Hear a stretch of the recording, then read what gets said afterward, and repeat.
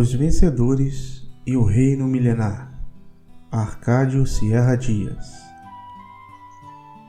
Os Vencedores e a Cruz, segunda parte, a carne e a cruz. Uma vez salvo, o cristão vencedor deve levar a cruz e negar-se a si mesmo. É um mandamento do Senhor para os que voluntariamente o querem seguir. O ensino da cruz não é popular. O crente carnal evita este ensino bíblico. Entretanto, as Escrituras dizem que todos nós, os que temos crido, já fomos crucificados com Cristo. Mas nosso velho homem deve experimentar essa crucificação na realidade prática. Levar e encarar a cruz em nossa alma, ou seja, viver essa experiência de morte e ressurreição enquanto estamos nessa terra. Do contrário, vivemos uma vida vencida. Quando isto ocorre, com frequência somos dominados pelo pecado e por nossa própria vida natural, e como consequência, não fazemos a vontade de Deus. E essa vida derrotada nos enreda em pecados e em obras que voltarão a nós quando regressar o Senhor, e teremos que dar conta dele. Se não aceitamos levar a cruz agora, é necessário que sejamos tratados no futuro. Um derrotado é vencido pela carne, pelo mundo e por Satanás. Tomar a cruz é obedecer a Deus e estar disposto a passar por todas as situações que Deus haja previsto que passemos.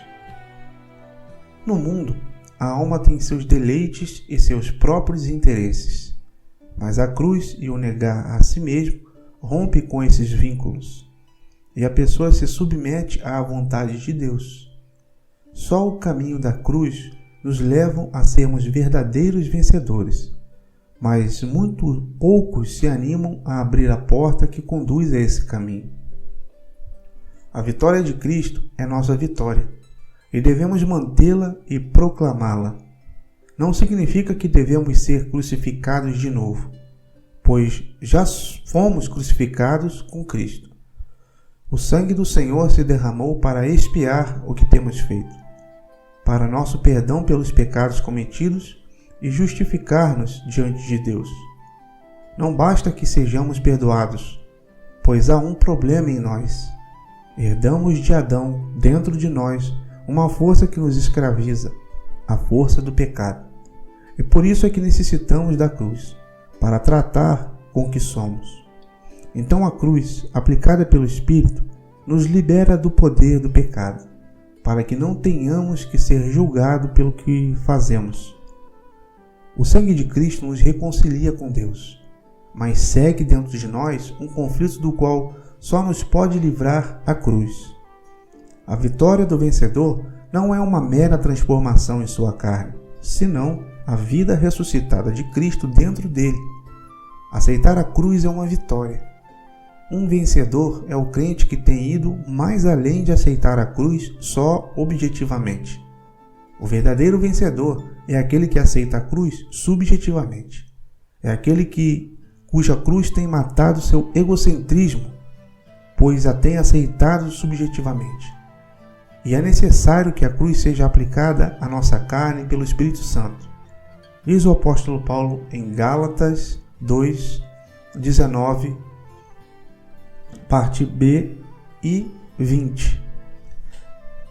Estou crucificado com Cristo. Logo, já não sou eu quem vive, mas Cristo vive em mim. E esse viver que agora tenho na carne, vivo pela fé no Filho de Deus, que me amou e a si mesmo se entregou por mim. Este é um nível muito avançado e importante no desenvolver espiritual de um crente que tem negado a si mesmo e leva a sua cruz a cada dia. Devido a que na alma está a vontade do homem, é a alma a que tem que decidir se obedece ao Espírito, e desse modo lograr sua união com o Senhor por seu Espírito, que mora no Espírito do homem, em nosso homem interior.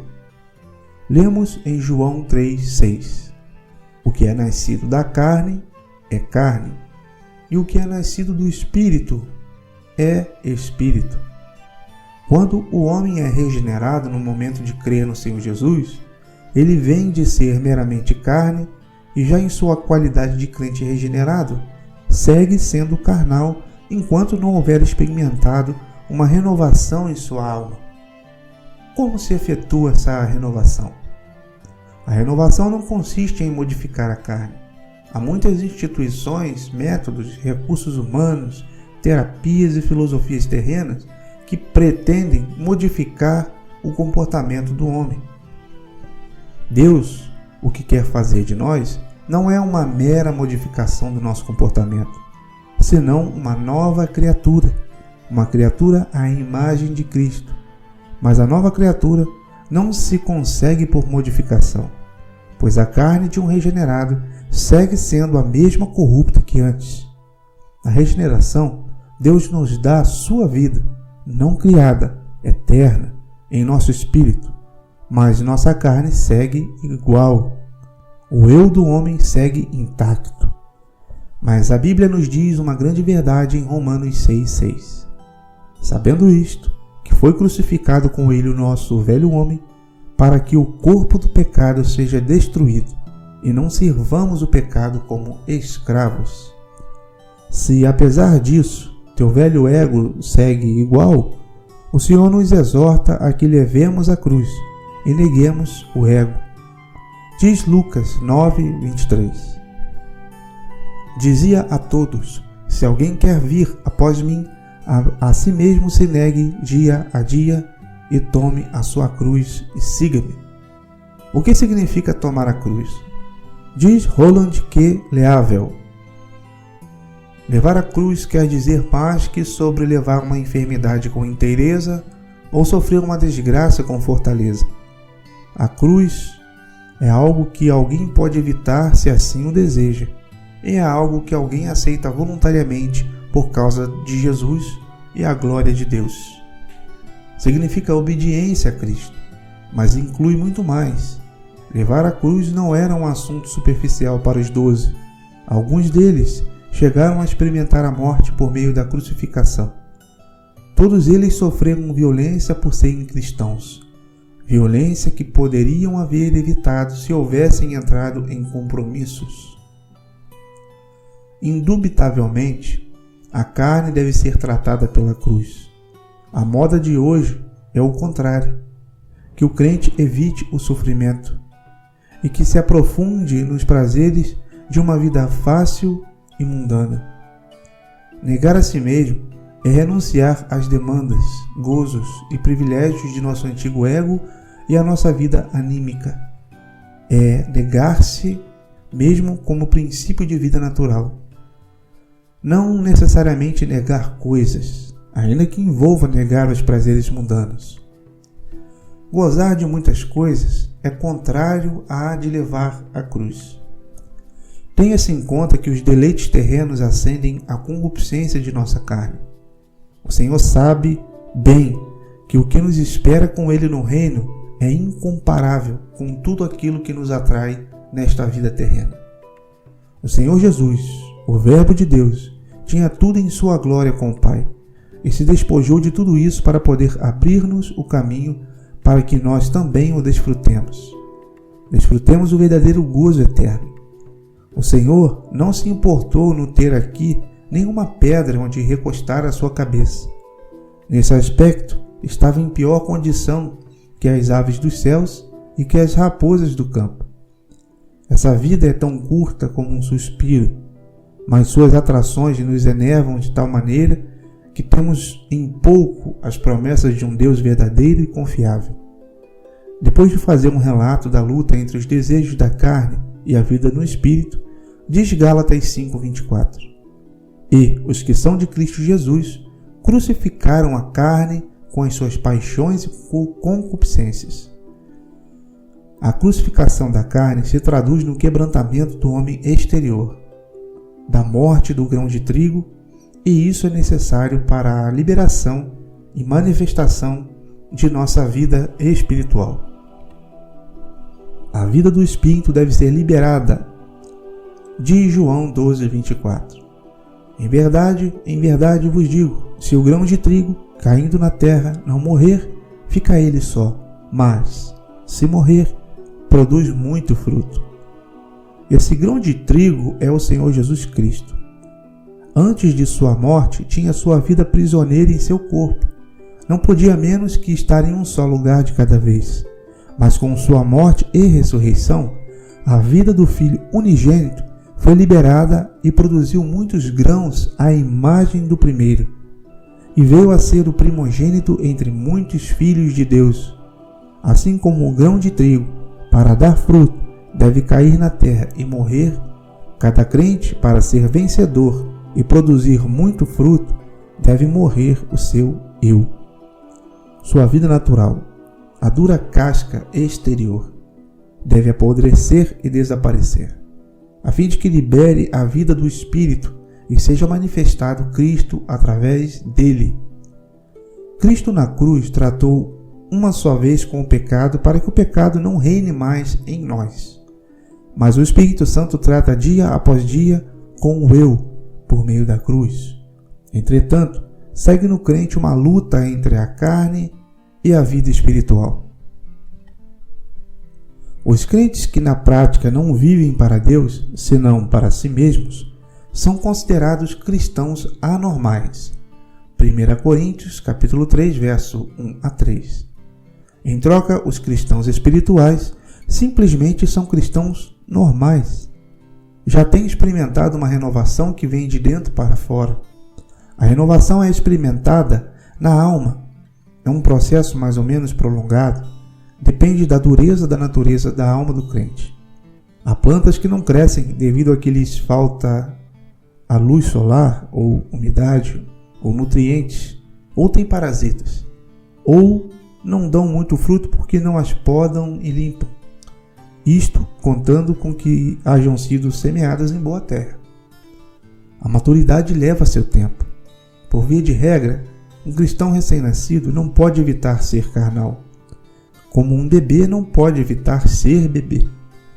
Mas o pior é que a maioria dos crentes permanecem carnais, maturos, crianças por toda a vida. Eles têm medo da cruz, recusam negarem a si mesmos, não querem pagar o preço, carecem de uma disposição para o sofrimento. Muito pelo contrário, se encaminham pela amizade com o mundo. Assim como uma pessoa natural tem dado o passo para que, por meio da cruz de Cristo, se tenha regenerado e tenha sido crucificada a sua carne, assim mesmo deve dar o passo para que, mediante o Espírito Santo, tome sua própria cruz e passe de carnal a espiritual, de derrotado a vencedor. Um crente carnal dificilmente pode guiar a outro a Cristo ou fazer algo que realmente agrade a Deus. O carnal pode estar trabalhando na igreja, mas esse trabalho pode resultar sendo obras mortas. As obras mortas não têm nenhum mérito diante de Deus. Por muito boas que pareçam aos olhos dos homens, indubitavelmente se queimarão quando o Senhor vier. E o pior é que nos impedirão de entrar no reino se não nos arrependermos a tempo.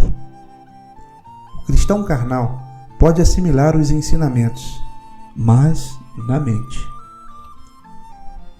Porque os que se inclinam para a carne cogitam das coisas da carne, mas os que se inclinam para o Espírito, das coisas do Espírito. Porque o pendor da carne dá para a morte, mas o do Espírito para a vida e paz. Por isso, o pendor da carne é inimizade contra Deus, pois não está sujeito à lei de Deus, nem mesmo pode estar. Romanos capítulo 8, versos 5 a 7. Os cristãos de Corinto tinham muito conhecimento e sabedoria, mas na mente, a insensatez da cruz é usada por Deus em troca da busca de conhecimento. A Deus não se pode conhecer por abundância de conhecimento e sabedoria humana, senão por fé através da cruz. Os conhecimentos sem a cruz só chegam à mente. Pedro e a cruz. Consideremos o contexto de Mateus 16, do verso 13 ao 28. Depois de haver perguntado sobre a opinião dos homens acerca de sua pessoa, o Senhor se interessou em conhecer o que pensavam seus próprios discípulos acerca de quem era ele. diz-nos versículos 16 a 18. Respondendo Simão Pedro, disse: Tu és o Cristo, o Filho do Deus vivo. Então Jesus lhe afirmou: Bem-aventurado és, Simão Bar-Jonas, porque não foi carne e sangue que te revelaram, mas meu Pai que está nos céus. Também eu te digo que tu és Pedro, e sobre esta pedra edificarei a minha igreja, e as portas do inferno não prevalecerão contra ela. Simão, que significa uma palha dócil ao vento, dominado por seu voluntarioso caráter, quando veio ao Cristo, o Senhor trocou seu nome porque começou a transformá-lo, e em vez de Simão, lhe chamou Pedro, uma pedra. João 1, verso 42. Neste caso, uma pedra viva para a construção da casa de Deus. 1 Pedro, capítulo 2, verso 5. Se não somos transformados em pedras, não podemos ser edificados apropriadamente. E não podemos ser edificados só nem em grupos independentes. Nossa edificação é na comunhão com todos os santos. A transformação tem suas etapas, e em cada etapa encontramos lições para aprender. Aqui vemos também que, sem a revelação divina, não se pode conhecer ao Senhor Jesus. E como só o Pai conhece o Filho, só se pode conhecer o Filho pela revelação do Pai. A Pedro foi revelada pelo Pai a identidade do Filho. Logo, o Filho revela a da igreja. Ele diz que, a partir desse momento, Pedro faz parte da igreja. É uma pedra viva para a edificação da casa de Deus, devido à confissão que havia feito a respeito do Filho, de maneira que Pedro já era um crente e membro da igreja. Na economia de Deus, apesar do anterior, era Pedro já um crente maduro e vencedor? Vejamos. De acordo com o seguinte contexto, Pedro estava longe de ser um cristão maduro, sem ter em conta que depois ofereceu ao Senhor defendê-lo com sua espada, de não o abandonar.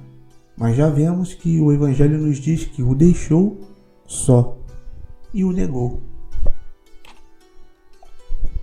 Desde esse tempo, começou Jesus Cristo a mostrar a seus discípulos que lhe era necessário seguir para Jerusalém e sofrer muitas coisas dos anciãos, dos principais sacerdotes e dos escribas, ser morto e ressuscitado no terceiro dia.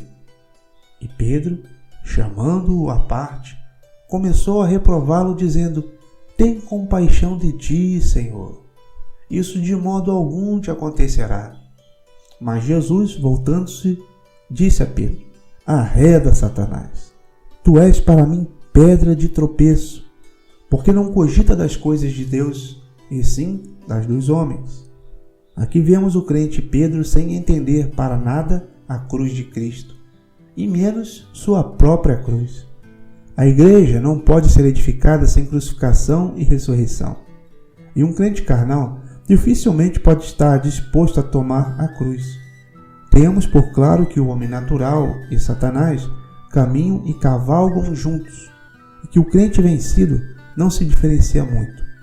E quando não temos a mente de Cristo, não podemos cumprir o propósito de Deus, senão que somos pedra de tropeço para o Senhor.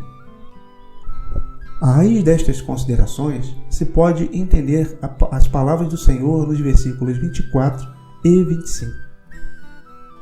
Então disse Jesus a seus discípulos: Se alguém quer vir após mim, a si mesmo se negue, tome a sua cruz e siga-me.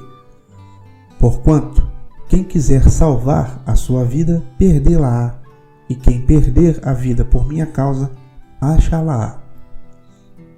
Esse negar a si mesmo é negar a velha natureza herdada de Adão, de maneira, pois, que há duas classes de crentes: os que negam a si mesmos e tomam sua cruz, e os que não o fazem. Pedro tinha que perder a vida de sua alma e tomar a cruz. Pedro estimava mais sua vida natural que os propósitos de Deus. Pedro não podia entender, todavia, o plano de Deus e a mente de Deus. Era necessário que Pedro negasse a si mesmo e tomasse sua cruz. Só se submetesse a Cristo, um crente vencedor. Se a igreja não se submete a Cristo, os demais seres não se submeterão.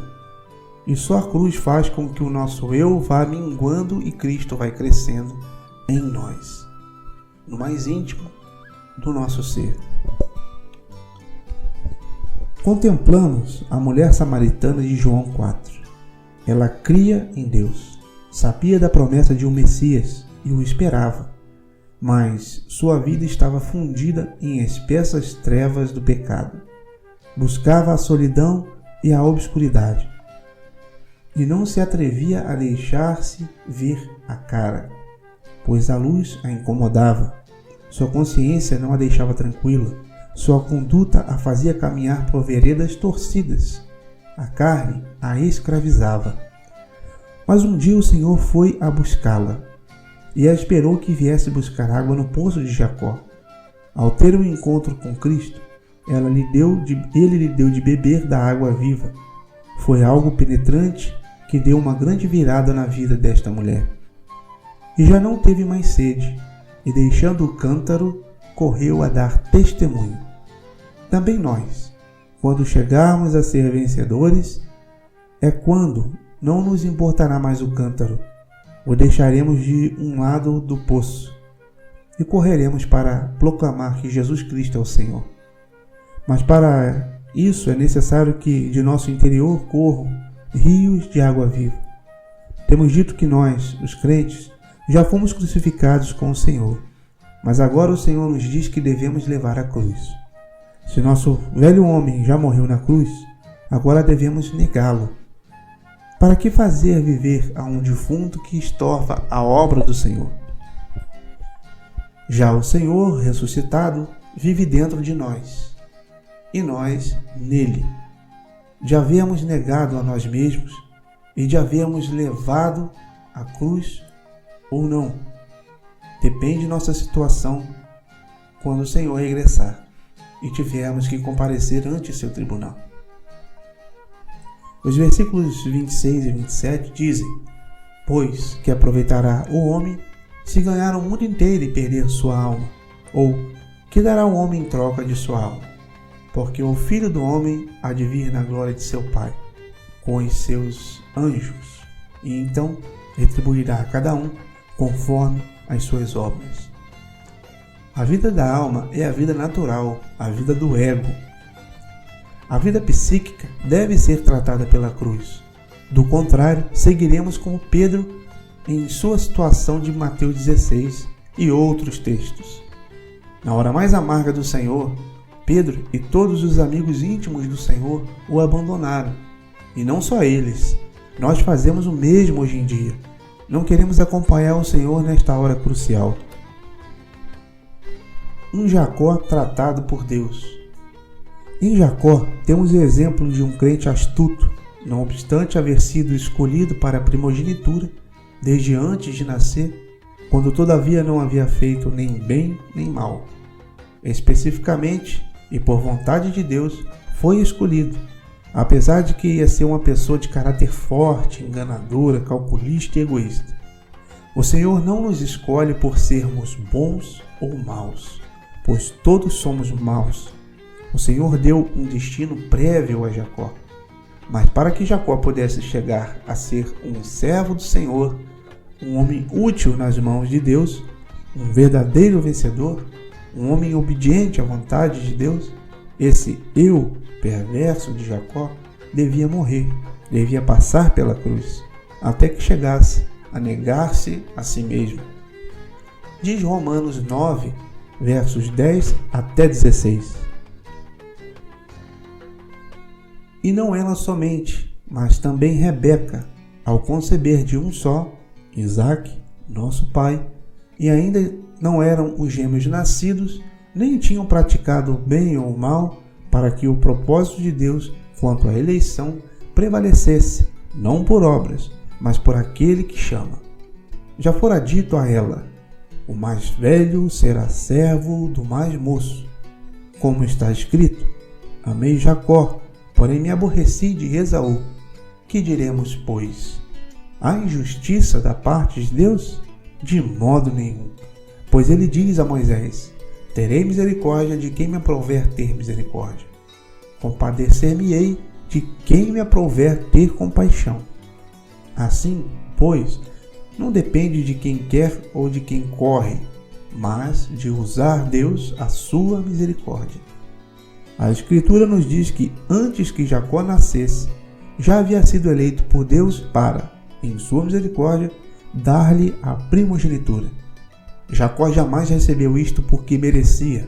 Ao contrário, seu próprio nome, Jacó, significa Deus proteja, mas também o suplantador, o que toma pelo calcanhar, ou seja, o que trama uma armadilha. A vida de Jacó esteve saturada de engano e de armadilhas, que muitas vezes vieram contra ele, apesar de que Deus se revelava e o protegia. Jacó era o tipo de crente voluntarioso e carnal, que devia ser tratado por Deus, a fim de que pudesse ser útil nas mãos do Senhor, para cumprir o propósito de Deus. Deus tem um propósito eterno e quer realizá-lo com a igreja, mas com os obedientes, com os crentes esforçados em quem possa confiar, que não amem a si mesmos, com lutadores, com vencedores. Jacó quis tomar vantagem no plano de Deus e, depois de haver enganado a seu pai e a seu irmão, se viu na necessidade de fugir.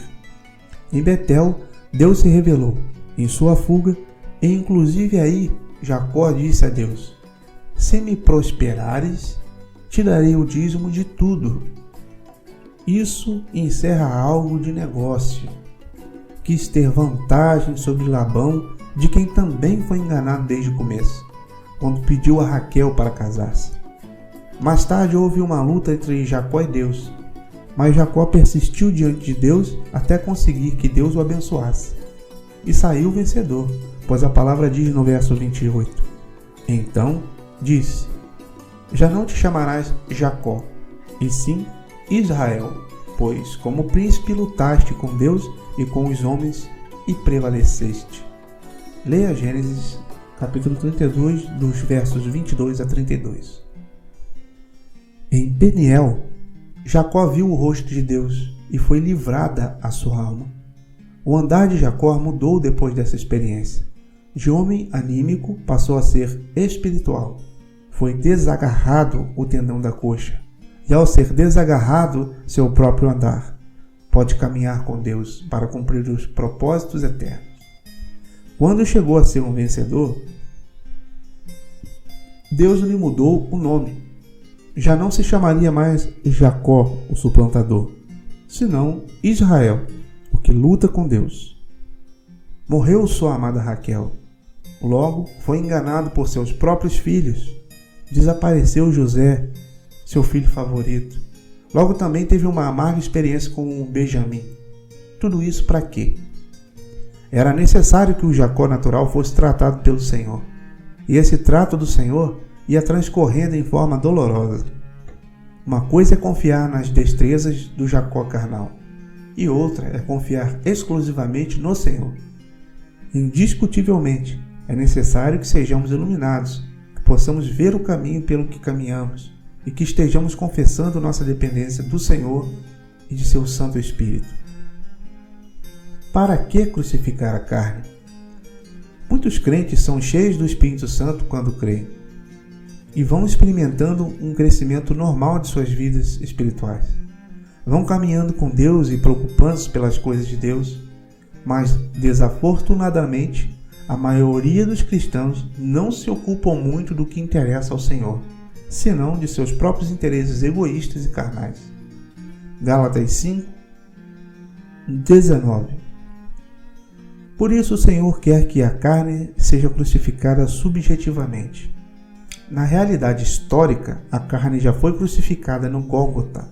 O velho homem tem passado por esse processo de maneira que a criança carnal em Cristo deve ser totalmente liberada desse domínio, para que cresça e possa andar segundo o Espírito.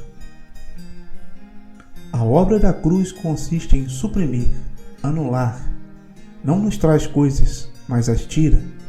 Em nós há muitos resíduos, há muitas coisas que não são de Deus e não lhe rendem nenhuma glória. Deus quer eliminar todas estas coisas por meio da cruz, para que assim cheguemos a ser ouro puro. Há coisas que não provêm de Deus. Nos temos convertido em uma liga. Por isso Deus tem que utilizar tanto poder para mostrar-nos essas coisas que há em nós, que provem do eu, todas aquelas coisas que não lhe proporcionam nenhuma glória. Cremos que se Deus nos fala, descobriremos que tem que ser eliminada muito mais coisas que as que nos têm de ser acrescentadas. Especialmente aqueles cristãos cuja alma é de natureza forte. Deveriam pensar nisto, que a obra de Deus neles, por meio do Espírito Santo, consiste em eliminar coisas deles para reduzi-los. Watchman, a Igreja Gloriosa. A carne não pode dar fruto que glorifique a Deus. O cristão deve limpar-se de seus pecados apropriadamente. Diz João 15, verso 2. Todo ramo que, estando em mim, não der fruto, ele o corta, e todo o que dá fruto, limpa, para que produza mais fruto ainda. Devemos ter clareza de que não se exige que crucifiquemos de novo nossa carne, pois já foi crucificada na cruz de Cristo.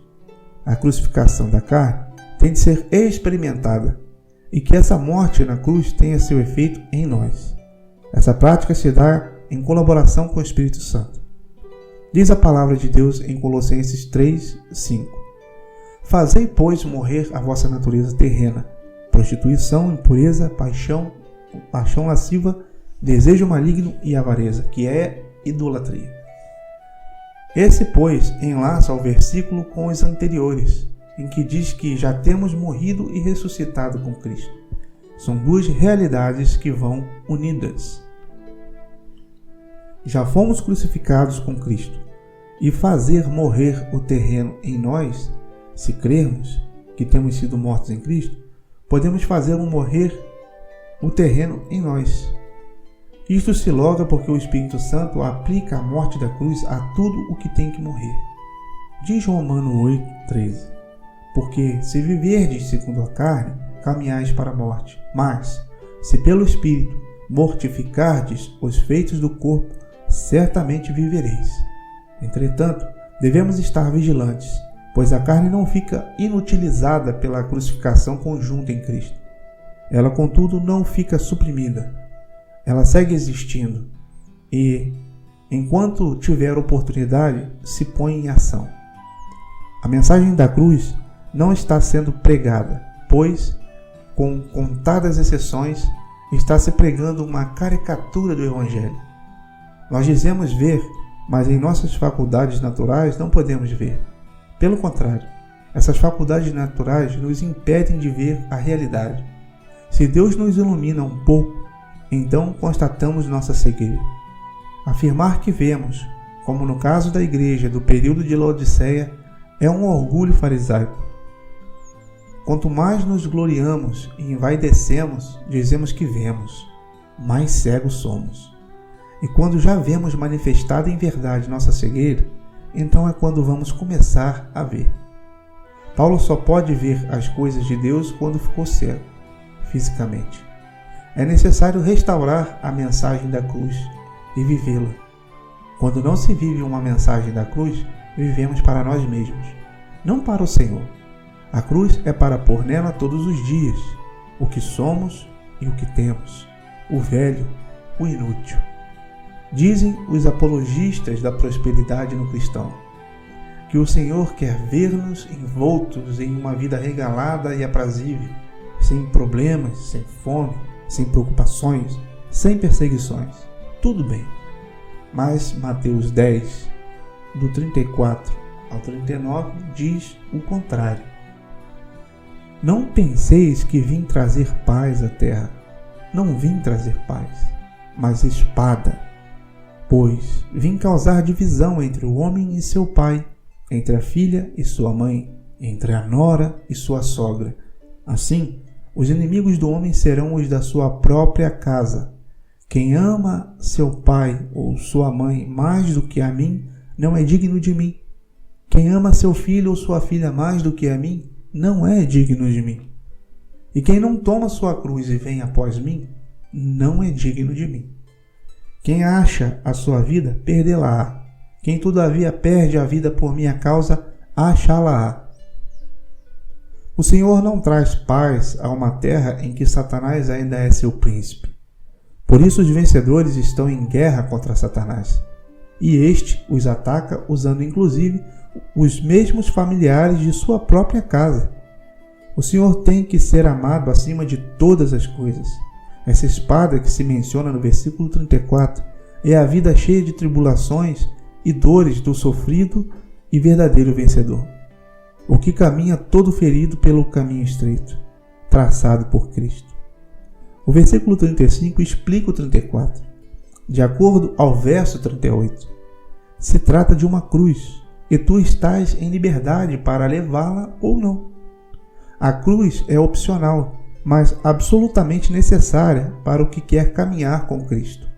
O fato de seguir ao Senhor e obedecer te cria dificuldades, e tu podes voluntariamente escolher sofrê-las ou não, como a de Cristo. Toda a cruz dos filhos de Deus é determinada e decidida pelo Pai, e nós escolhemos levá-la ou não. Disso depende nossa participação no reino. Diz 1 Pedro 4, verso 1 e 2. Ora, tendo Cristo sofrido na carne, armai-vos também vós do mesmo pensamento, para que aquele que sofreu na carne deixou o pecado, para que, no tempo que vos resta na carne, já não vivais de acordo com as paixões dos homens, mas segundo a vontade de Deus. Não é que Deus quer que vivamos sofrendo, mas se devemos armar-nos com uma disposição ao padecimento, devido a que estamos imersos em uma batalha espiritual, que também tem suas repercussões e manifestações em nossa vida natural. Crente que recusa o sofrimento não pode ser edificado. Deus pode salvar nossa mente de tal maneira que haja em nós a disposição a sofrer, como também Cristo padeceu. É natural que a nossa tendência seja a de fugir de todo o sofrimento e a toda hora pedir ao Senhor que, por favor, nos livre de todas as dificuldades e amarguras, pois não suportamos as provas. Mas esta não foi a atitude do Senhor em Getsêmani. Desde que nasceu, o Senhor Jesus teve a disposição para sofrer. Ele sabia que havia nascido para isso, enquanto permanecia no corpo mortal. Portanto, desde o dia em que nascemos no Espírito e somos filhos de Deus, deve ser nossa tarefa entregar-nos para o sofrimento. Essa é a verdadeira posição de um vencedor. Se escapares como um covarde do sofrimento, estás desarmado e te vem a derrota. Irmão, enfrenta o sofrimento. Quando a palavra de Deus nos diz que não sejamos carnais, luxuriosos, covardes, infiéis, ou o que seja que dependa da nossa velha vida natural, é porque Ele nos pode salvar de qualquer dessas demandas e pensamentos dos desejos carnais. A palavra de Deus diz que são bem-aventurados os que padecem perseguição por causa da justiça, os que estão dispostos a sofrer pela verdade, pela justiça, pela causa do Senhor e de seu evangelho da salvação. Suas feridas e cicatrizes são as chaves de entrada no reino dos céus. O sofrimento do crente é mais meritório que o dos anjos quando eles participam em lutas contra o inimigo. Por que é mais meritório? Porque os anjos conhecem a glória do Senhor e o que o céu representa, ao passo que o crente é um estorvado por sua própria carne, por Satanás e por um mundo atraente, e apenas vê as coisas como por um espelho. Apenas vislumbra algo do que lhe espera, movido pela fé e a esperança, baseado nas promessas do Senhor, na revelação das Escrituras e no pouco conhecimento que agora tem de Deus e das coisas que Ele nos tem preparado. Sofrer pelo Senhor é uma honra que não é dado a todos os crentes.